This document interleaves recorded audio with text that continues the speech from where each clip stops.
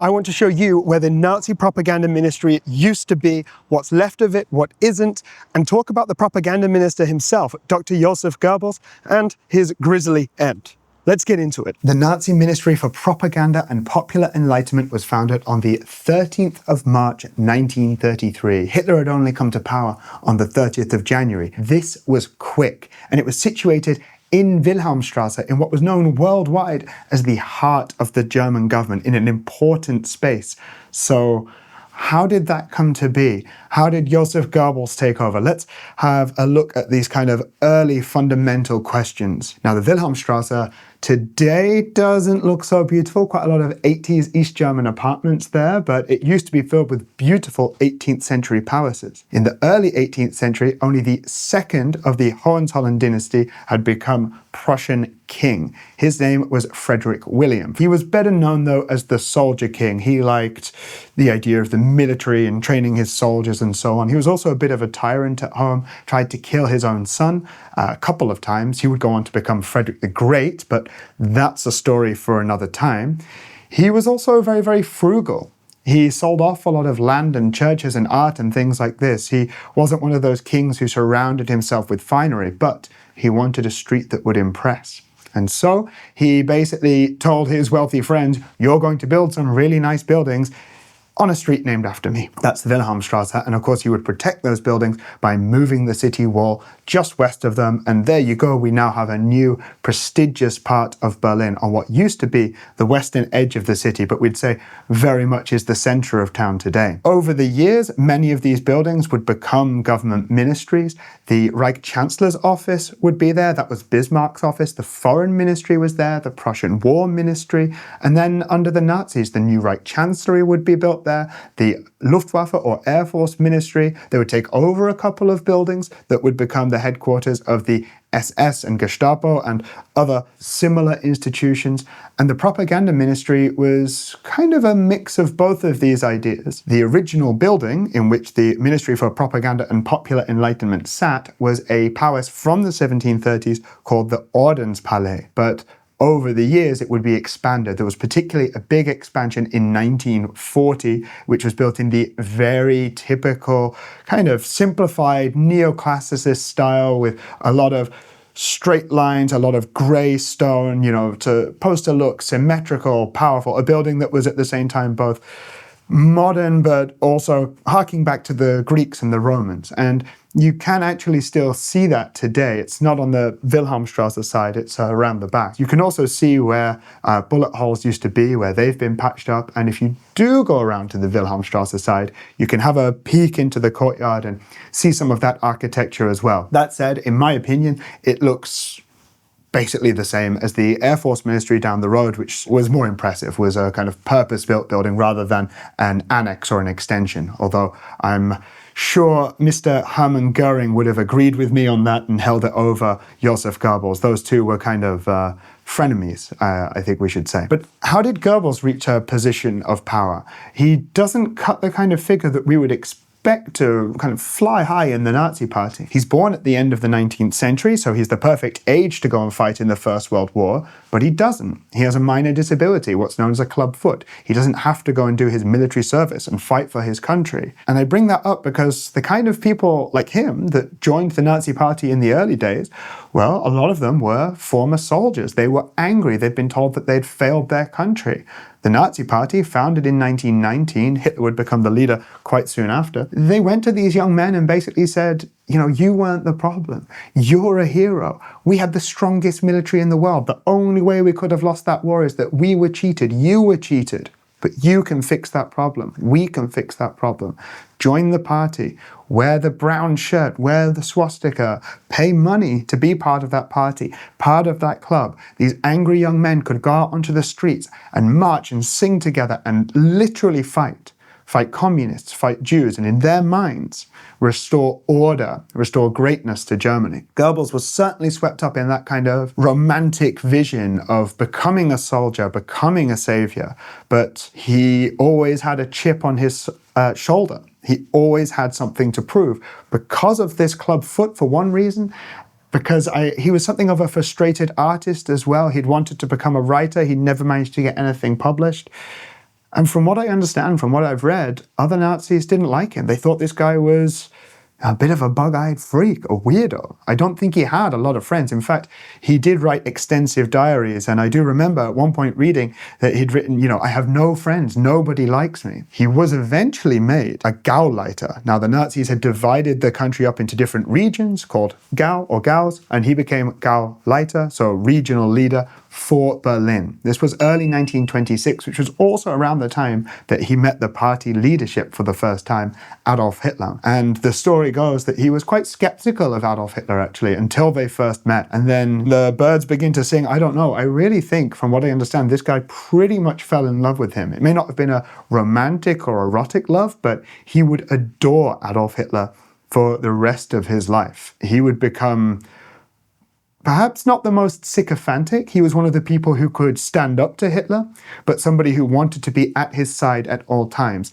as did his wife. Joseph Goebbels' wife was a woman named Magda Quandt. She had had a previous marriage where she had a son. We're going to bring him up a little bit later. They get married, end of the 1920s, beginning of the 30s, and, she also is one of these people who wants to be really, really close to Hitler.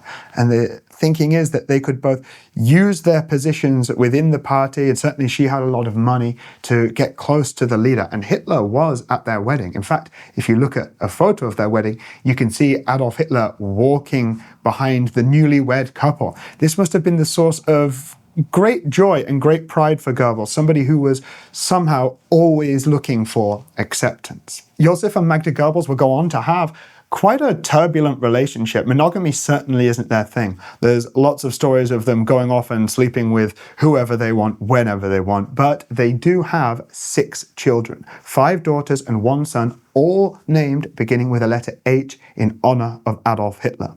Their names were Helga, Hildegard, Helmut, Holdina, Hedwig, and Heidrun. And then, of course, there's the son that Magda had previously had, and his name was Harold Quandt. There's a famous image of all of them taken together with Harold in his uniform there for World War II, but he's actually photoshopped in. You can tell that he doesn't quite match the rest. So what made Joseph Goebbels so effective? Why do we all know his name? Why is he so infamous? Well, to be frank, he was good at what he did. He was smart, he was ruthless, he was mean.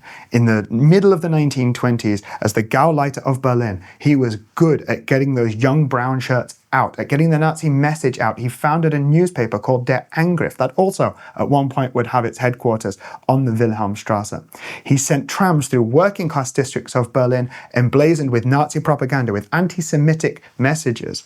However, trying to reach working class parts of cities was actually not very effective. This is what the Nazis were trying throughout the 1920s. They were also incredibly violent during this time, trying to seize power in November of 1923.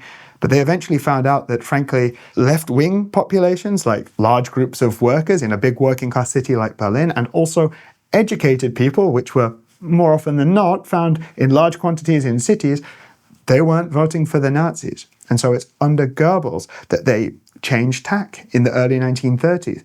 They start to try and whip up votes in the countryside, in the far-flung parts of the country where, frankly, no other politicians go. They get Hitler a plane.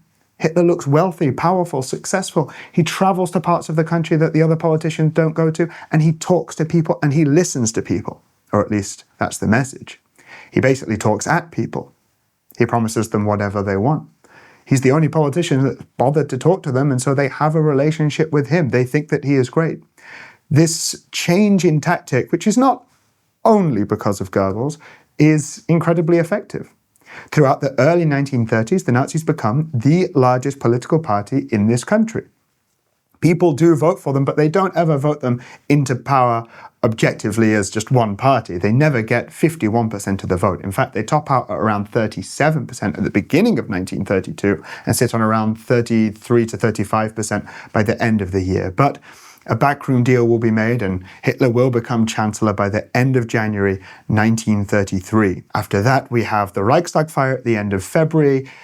This is very publicly blamed on the communists. The communists are demonized in the press. They are arrested by not just police, but Nazi stormtroopers. They are sent into the early concentration camps, the so-called wild camps. And then by the end of March 33, democracy is suspended in Germany for 4 years, although very quickly the Nazi Party will outlaw other political parties, and essentially by the middle of 1934, I think it's very easy to say they are the only political party left in power. But we need to get back to newspapers. Yes, Goebbels has his own newspaper, but, well, you're only going to buy that if you're a Nazi. And this is one of the ways that Goebbels was very smart. He realized that you can't preach to the choir. It's never going to help you grow. You're never going to get anywhere with that. So let's have a look at a few key moments of Goebbels' actions in 1933 alone. In April 1933, he organizes a boycott of Jewish-owned shops. Brown shirts stand outside of famous department stores, really luxurious, opulent places in Berlin, a lot of which are owned by Jews. And they hold up the signs outside those Jewish-owned stores that say, "Germans, defend yourselves. Don't buy from Jews." And we can see from this is what Goebbels is good at. That is a strong and clear message. A good German wouldn't go inside there, and Jews are not Germans. That's the Nazis' message. However, this boycott of Jewish-owned stores, 1st of April 33, it's not very effective. People who want to go and buy a nice shirt or some tasty food that day, that's what they do. People walk right past them. It's kind of hard to imagine that there might be 3 guys around the corner holding a sign and another 3 guys around the next corner and so on. It wasn't very visual. It's not something that could be captured and shown to the public. Well, it's around this same time that Goebbels hears about some people who he thinks have had a good idea. They're students at the University of Berlin, and they've decided to show their support for Hitler, for the new regime, by organizing a book burning, by collecting books written by Jews, communists, homosexuals, pacifists. Well, when Goebbels hears about this, he knows that he can turn it into a spectacle. This was a man who was very good at posters in the early days, and will continue to be. But now he has really the opportunity to make not just a Nazi party event, but a public event. On the 6th of May, 1933, brown shirts raid the Institute for Sexual Research, headed by a man named Magnus Hirschfeld, who was gay, communist, and Jewish. A very unlucky time for Magnus to be alive. Now, he's what we may have called an equal rights campaigner today. He had a crazy idea to talk to gays, lesbians, transsexual people and find out why they were so unhappy. And yeah, the reasons behind it might not be so surprising. But this was very forward-thinking in the 1920s. Well, the press, especially people like Goebbels, would have called him a pervert, a pedophile, some kind of deviant that's trying to poison the youth of today. And frankly, 100 years later, don't we see people say the same things, huh? And so, eventually, 20,000 books would be piled up on a square that is today called Babelplatz, right in the middle of Berlin. About half of those books would have come from the Institute for Sexual Research. And on the night of the 10th of May, 1933, the image is that students bring these books out of the library and they throw them onto the fire. It looks like a spontaneous event. In reality, some of those students are Nazi brown shirts that are just dressed in regular clothes. Imagine yourself as a student walking out of your university and seeing this happen. The way I think of it, there's kind of 3 options, right? You throw the books on the fire, you join in. Maybe you do it just to keep eyes off your back. Maybe you start to think, well, that felt good. Maybe the Nazis have a point. Maybe you just are scared about this and you're silent and you run away. I think that's the camp I would be in, to be honest with you. Well, that just perpetuates the same system of violence. They'll go further the next time. Very few people would be brave enough to stand up, but what would happen to them? I've never heard of anybody standing up at this particular book burning, the most infamous of the book burnings, although it's far from the only one. In fact, on the same night, book burnings would take place all over the country and over the next few months as well. Hey, just a quick interruption from the editing booth here, but I think you'll like it. I talk about a lot of different topics in this video. It went on for way longer than I'd actually anticipated. And beneath the video, down there in the description, I've put links to things that I think you'll find interesting that may expand the story. So there's a couple of links to podcasts we did on the Soldier King and on Frederick the Great. Trust me, they're more interesting than you're expecting. And especially the Soldier King one is a lot funnier. And then I reference a couple of my other videos I've done. So one on Leni Riefenstahl, one on the boxer Max Schmeling. So I've put the links down there for you too.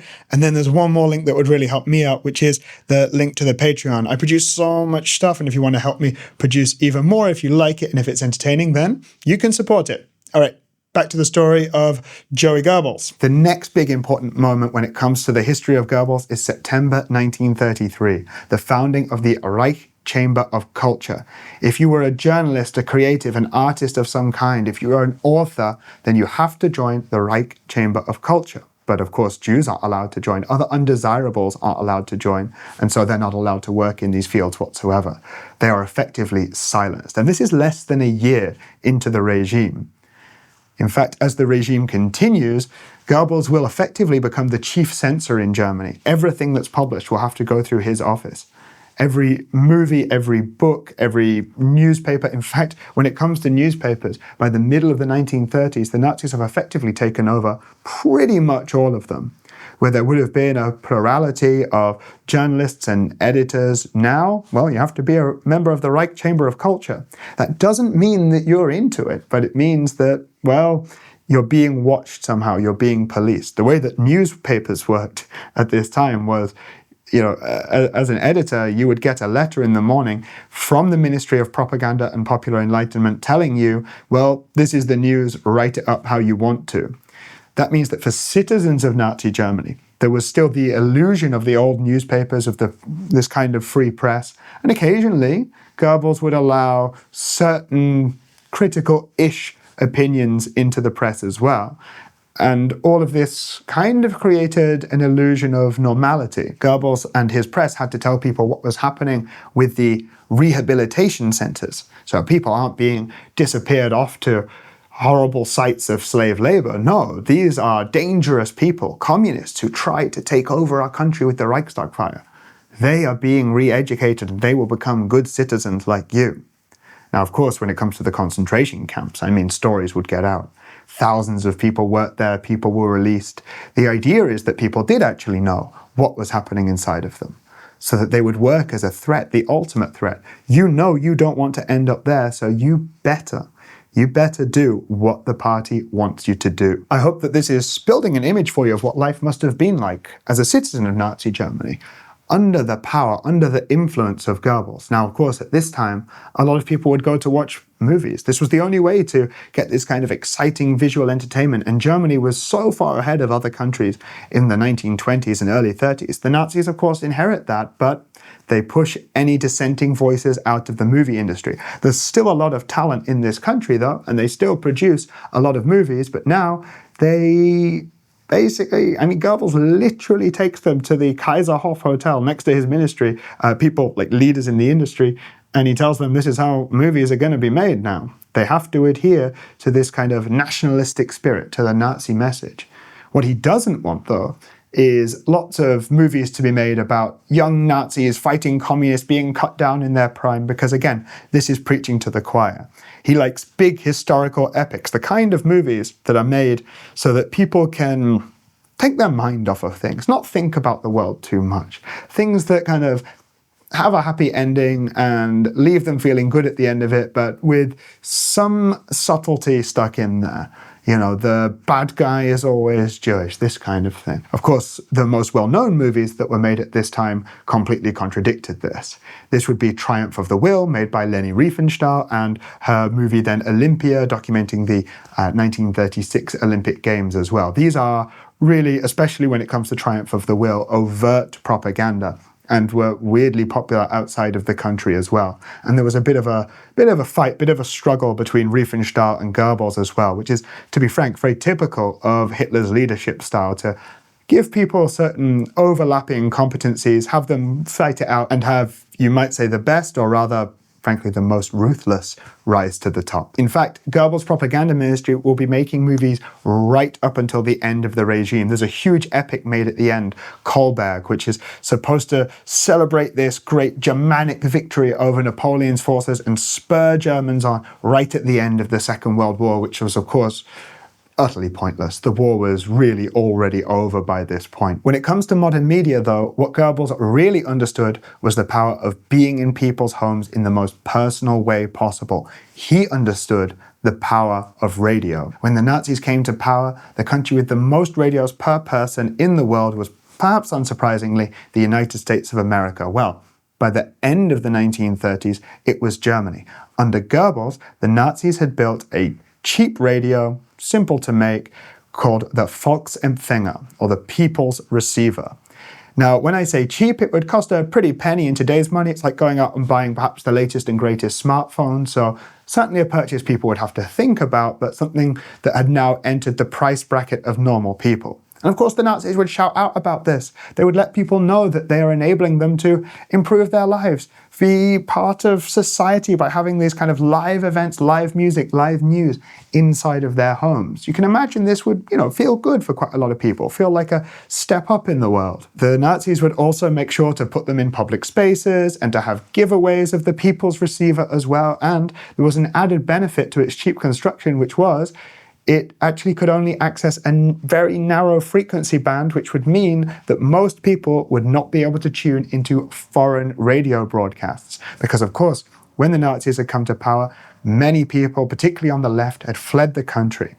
There was now something called, the German press in exile, particularly in Prague, in Switzerland, in Paris, places that would, of course, later be occupied by Nazi Germany. Not Switzerland, but you know what I mean. The Nazis were keen to make sure that people couldn't listen to that or listen to, the BBC.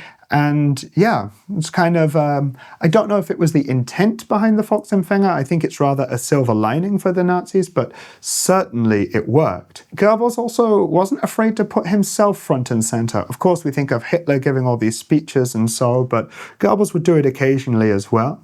Like many politicians, he would try and attach himself to sports stars. When Max Schmeling is over in the US fighting the African-American athlete Joe Louis, Goebbels is over here, sat next to his wife and his mum, right? Annie Ondra and Mrs. Schmeling, I suppose. And, he wants to show that he's part of this moment and that there's this German victory and that, he is one of the key parts of bringing this modernity and excitement into people's homes. Another and perhaps crucial point to make about these radios is they weren't just playing speeches of Goebbels and Hitler and Goering and military marches, not at all. In fact, this is another one of the ways that Goebbels was, frankly, quite smart. And again, brave enough to stand up to Hitler. Hitler loved being surrounded by yes men. Hitler loved the idea that, of course, you'd be able to listen to him on the radio. Goebbels was brave enough to say, no one's going to switch that on. The power of radio for Goebbels was playing popular music, playing swing, playing jazz. This is what was popular at the time, including, at least in the early days of the regime, Black American musicians who had originally come over to Europe because it was, frankly, freer and safer for them here. The Nazis, of course, did not like these people, not one bit. They saw them as subhuman.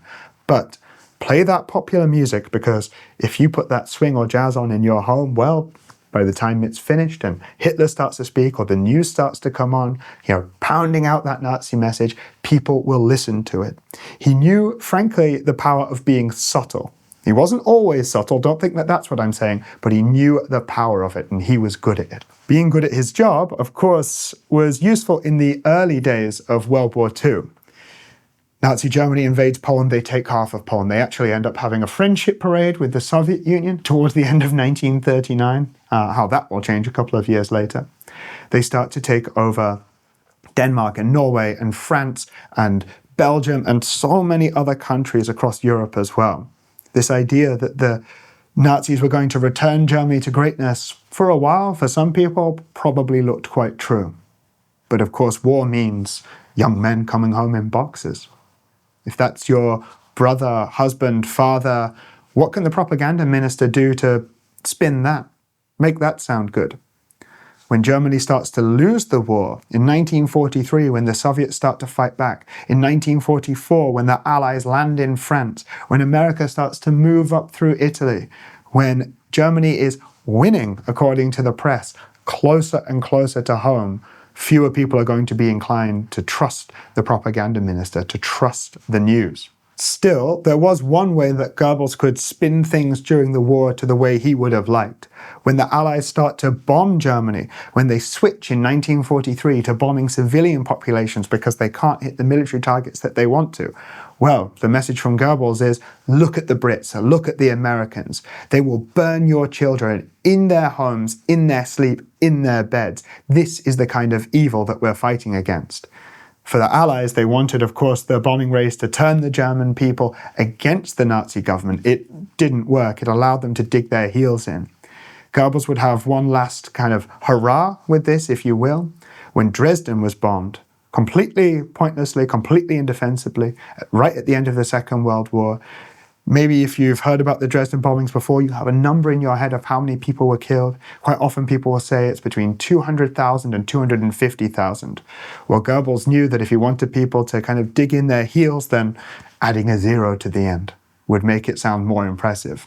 The thinking from historians today is that I believe around 23,000 people were killed, but put a zero on the end. Doesn't it sound bigger? Doesn't it sound more impressive? Of course, I'm not defending the Dresden bombing, not at all. And getting people to dig their heels in February 1943, I mean, this was the Nazi messaging. The crime of defeatism still existed at this time. If you wanted to surrender, if you just didn't want to fight, even though it was all over, Goebbels made sure that you knew that that was a crime. And the SS, they were the enforcers. If people said that they didn't want to fight anymore, especially in the Battle of Berlin, right at the end, those last couple of weeks of the war, they may find themselves hanging by the neck from a lamppost. Still, when we talk about the end of the war, how can you spin it? How can you spin it? There's 2.5 million soldiers coming to attack Berlin. There's no one left to fight against them. Goebbels, he remains important during this time because he'd been successful before and he'd cultivated a relationship with Adolf Hitler. And that means that when it comes to the end of the war, Goebbels wasn't sat in his bunker, in his propaganda ministry. In fact, he and his family, as the Soviets approached, they moved from their mansion on an island in the Havel River on the western edge of the city, and they moved right into the center of the city, into the Führer bunker with Adolf Hitler. There was a room for the Goebbels couple and their 6 children. Now, in the bunker, there was only one bathtub, and only Adolf Hitler was allowed to use it. But he liked Goebbels. He liked his wife, he liked their children, and so he let their children bathe in there as well. Their children would at one point sing songs to them inside of the bunker. Famously, on Hitler's birthday, which was a national holiday in Nazi Germany, 1945, 20th of April, Hitler meets with Goebbels, Goering, and Himmler in the bunker. They have this kind of last dinner together. Hitler tells them how he's going to win the war. It's very clear at this point that they are not going to survive. Hitler's already said he wants to die in his bunker. After this meeting, Goering and Himmler, they will leave. They will later be named as traitors and become public enemies within Nazi Germany. Goebbels is different. Goebbels decides to stay, and decides to stay is key. That shows you how dedicated he was to Adolf Hitler, because he did not need to stay. Not at all. He and his wife could have got out. They could have got their children out, but they wanted to be as close to Hitler for as long as possible. And they stayed right to the end. On the 29th of April 1945, with the Red Army only a few streets away from the bunker, Hitler decides that the German people have failed him. And so he divorces the German people, he marries Eva Braun, and on the next day, the 30th, they kill themselves. They take cyanide, and he, of course, shoots himself as well. Now, up to this point, as Führer, Hitler had been both Chancellor and President all rolled into one. Now that he was dead, it was Goebbels that became the next Chancellor of Germany. But it's not a title he's going to hold for very long. He and his wife Magda have already put together their plan. Magda Goebbels is often quoted as saying that she can't imagine her children growing up in the shame of essentially growing up in a country without Adolf Hitler and National Socialism. She's been talking with their family physician, Dr. Ludwig Stumpfegger, about what we do with the children when the time comes. Again, they made this choice. They knew what was going to happen. This was their contingency plan. When the Soviets are only, they must be within smelling distance of them, really. The doctor and Magda Goebbels, they knock out the children using morphine, and as they sleep, they crush cyanide pills up in their mouths and they kill them. It's a bit disputed as to whether or not Joseph Goebbels took part in this. I do believe, though, that he did know that this was happening. And it was shortly after the children were killed that the Goebbels couple themselves, they leave the bunker, they go up to the surface, and they take their own lives as well. And that's it. And that's how it ends. It's one of the toughest stories to tell. There is some dispute as to whether or not the eldest of the daughters was fully dead, essentially, as her body was burned. I do believe that with the morphine and cyanide, she certainly would have been unconscious. And I don't really like to get into gruesome and gory details like that. That's not really what it's about, and especially when it comes to a child. The bodies would be found very quickly by the Red Army and would actually be quickly identified. I know that there's a bit of dispute as to how and when Hitler's body was identified, but with the Goebbels family, with the 6 children and the couple themselves, it seems like it was pretty clear-cut. Anyways, that's the life of Goebbels and career of Goebbels. A kind of short summary. Like any of these topics, you can just dive into it endlessly and talk about more and more. If you want to go there on Wilhelmstrasse, you can see that there's the brick building now, which is a kind of youth club, kindergarten thing. And actually most of what was the propaganda ministry, if not all of it, is now the Federal Ministry of Work and Social Affairs. So not a place that you can so easily visit. But there are, as I'm told, quite a few original details on the inside. I hope you've enjoyed the video. I have Patreon supporters, and you can become one, because if you want to see more of stuff like this, well, it needs to be viable for me. So please do consider that, and I'll see you in the next one.